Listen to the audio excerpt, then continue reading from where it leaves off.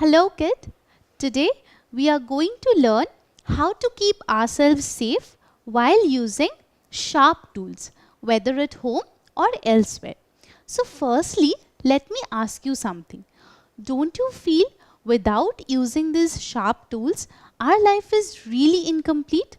Well, they help us a lot in doing various kind of tasks, right? Can you remember some sharp tools that you have used? Let me help you. Knife, scissors, blade, correct? But while using them, we should always be very careful because since these tools have sharp edges, so we might hurt ourselves if we are not careful. So let us see what are the safety tips whenever we want to use the sharp tools. Let's see an incident. Well, we all love our long vacations, correct? Especially the summer ones. So in one summer vacation, you and your sister Neha was there at your home. So you both decided one afternoon to sit down and do your homework. Just like a good boy, you were helping out your sister with the homework, while your mom was in the kitchen doing some work. Over here, you know your sister Neha just loves helping out your mom sometimes. Although your mom doesn't allow her because she is a kid, but you know that sometimes Neha goes to the kitchen and start doing something by herself when your mom is not around. What do you think? Is it a correct thing for Neha to go to the kitchen and work all by herself without any supervision? Not really, right? So let's see an incident while this thing happened. So once your mom just got a phone call and told you that she needs to go and get something from the supermarket, and you two should be completing your homework, and she instructed both of you that you should not touch anything that is lying around. So just like a good boy, you continue doing your homework. But what about your sister? You suddenly see your sister has stopped doing her homework and kept her books aside, and finally she went to the kitchen to cut an apple herself. What do you think you should do over here? Let us see the options. In the first option, you let your sister cut the apple all by herself. Well, do you think it's a correct option? Because your mother is not around. What if she cuts her hand and the blood will be oozing out? Don't you think it will be a very deep injury for your sister? And since you are all alone, how would you handle the situation? How would you give her medicine and what would you do? So this is definitely a wrong option over here. So let's see the second option which you can do. So since you thought of keeping your sister safe, you thought you will go and cut it by yourself. But let me tell you, the knife is a very sharp instrument. So if you don't use it carefully, you might also end up hurting yourself, which is absolutely not safe for you, correct? And since you're all alone without your mom, so you wouldn't find any other option to help you out. So this is also a wrong option. So you should never cut it yourself or let your sister cut, thereby ensuring that you both are safe from using such sharp tools. So if these two are wrong options, what should be the solution of this problem? Let's see. So if you are really hungry and you want to eat something, tell your sister to take something else for eating and not cut the apple by herself. So in this way, you would ensure that both you and your sister are safe in the absence of your mom, and you both are not at all handling any sharp tool like knife. So other than knife, there are also other sharp tools that we use in our day-to-day lives. For example, the razor and the blade. I'm sure you have also seen your dad using the razor and the blade for his shaving purpose, right? But what does he do after that? Does he leave it around somewhere? No, right? He always keeps it back in his shaving kit. Why is it so? Because he knows that keeping a razor and a blade lying around is very unsafe for anyone in the house. For example, if he leaves the razor and blade in the washroom one day and you happen to find it out, what would you do in that situation? Would you start fidgeting with that?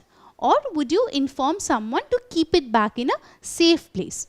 Let me tell you the consequences. If you start fidgeting with the blade, since it's a very sharp tool, you might end up injuring yourself very badly. So, you should never ever think of touching the blade as well. In fact, other than doing that, you can go up to your dad and say that you have seen the blade lying around here, so he should take it and put it in the shaving kit. In this way, you can ensure you, along with your family members, are entirely safe from getting hurt with the blade. Correct? So after this, we have got the stapler. Well, being a student, I am sure you will agree with me. We use staplers almost every day. Why is it so? To pin up the papers. But we must always remember that our finger should not come in between the paper and the stapler. Because if it comes, then you will be getting injured very badly with the pin of the stapler. And since it will pierce you, you will get bleeding out of it. So make sure you're always safe while pinning the papers and using the stapler properly. Next we see the safety pin. This is one of the most commonly used sharp object everywhere, whether in home, whether in school. So for instance, your mother has left some safety pins on the table and you want to pin it up on the sleeve. So while doing so, always make sure you use the pin properly so that it should not poke in your body. Otherwise, you might end up getting a deep wound out of it and thus you will be hurt. So always while using the safety pins, make sure you pin it up very much properly with the clothes. Here comes the different instruments that we use in our day-to-day lives in schools. As students, we use very sharp tools like the compass, the paper knives, the scissors. So while doing so, we must always be very careful that we should use it properly and never we should keep it in such a way that your fellow mates get hurt out of it. So once you're done working out in the maths class, for example, you should put back your compass, your pencil sharpener, your rulers in your proper pencil box so that you can ensure you and your friends are also safe from using it. So after this, we have got the needle. It is a very tiny useful object, correct? But don't you think if it lies around here and there unattended, you will also get hurt out of it? Absolutely correct. So whenever you see a needle that is used for sewing clothes lying here or there unattended, always make sure you tell a parent or a senior to take it and put it back in a proper box so that you don't get any fine deep wound by using the needle improperly. So I hope the story of them was very helpful to you. So let's have a quick glance on the safety tips while using the sharp objects.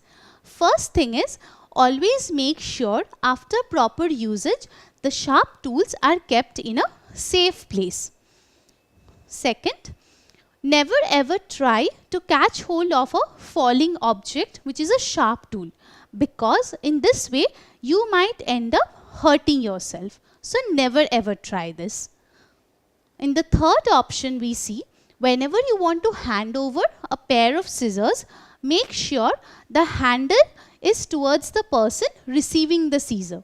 So in this way, you will make sure that this person along with you are always safe while handling the scissors. Fourth point, when you have finished using the scissors, make sure its blades are together. Thereby, its sharp edges will not be exposed, which may cause you harm, and hence you will be safe.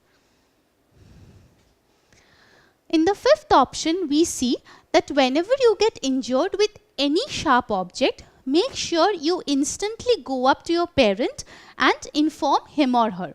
Why? Because once you get the bleeding out of it, you must be sure that you are taken to a doctor and given the tetanus injection, because this injection helps you to get protected from the spreading of the infection. So, I'm sure that if you follow all these rules and take care of yourself while handling sharp objects, you will always be safe, no matter whether in home or in school. And along with you, your fellow mates would also be safe from handling sharp objects.